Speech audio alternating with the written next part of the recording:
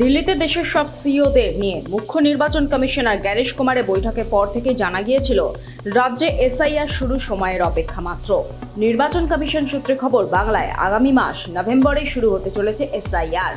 যে কোনো দিন কমিশনের তরফে নোটিফিকেশন জারি করা হবে, তারপরে দ্রুতই ডাকা হতে পারে সর্বদলীয় বৈঠক। ইতিমধ্যে এই রাজ্যে এসআইআর এর জন্য প্রস্তুতি শেষ বলে সূত্র মারফত জানা গিয়েছিল। কমিশন সূত্রে আরও জানা গেছে 3 মাসের মধ্যে শেষ করা হবে এসআইআর। দিল্লিতে দুদিনের বৈঠকের পর নির্বাচন কমিশন জানিয়ে দেয় যে এসআইআর এর সঙ্গে যুক্ত বিএলওদের অন্য কোনো কাজ করতে হবে না। শিক্ষকদের ক্ষেত্রেও এই নিয়ম লাগু থাকবে। এছাড়াও রাজ্যে এসআইআর চলাকালীন বিএলওদের সঙ্গে থাকবে সহকারী বিএলওরা। যে বুথে 1200-র বেশি ভোটার, সেখানেই থাকবে সহকারী বিএলওরা।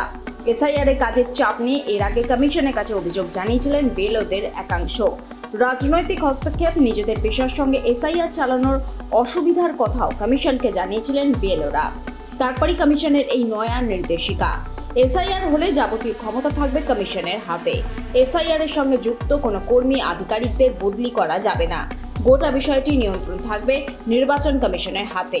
নানান জল্পনা, রাজনৈতিক চাপানোতরের পর অবশেষে রাজ্যে শুরু হতে চলেছে এসআইআর। বরাবরই বলেছি, আজও বলছি যে এসআইআর এর নামে বৈধ ভোটারকে অবৈধ করবার চেষ্টা হলে কংগ্রেস তার মোকাবেলা করবে। আমরা নির্বাচনের বা সাংগঠনিক যে প্রস্তুতি নেওয়ার সেটা নিচ্ছে, তো নিতে হবেই। এটা যে কোনো রাজনৈতিক দলের তো কর্তব্য, দায়িত্ব, সেটাই পালন করছি।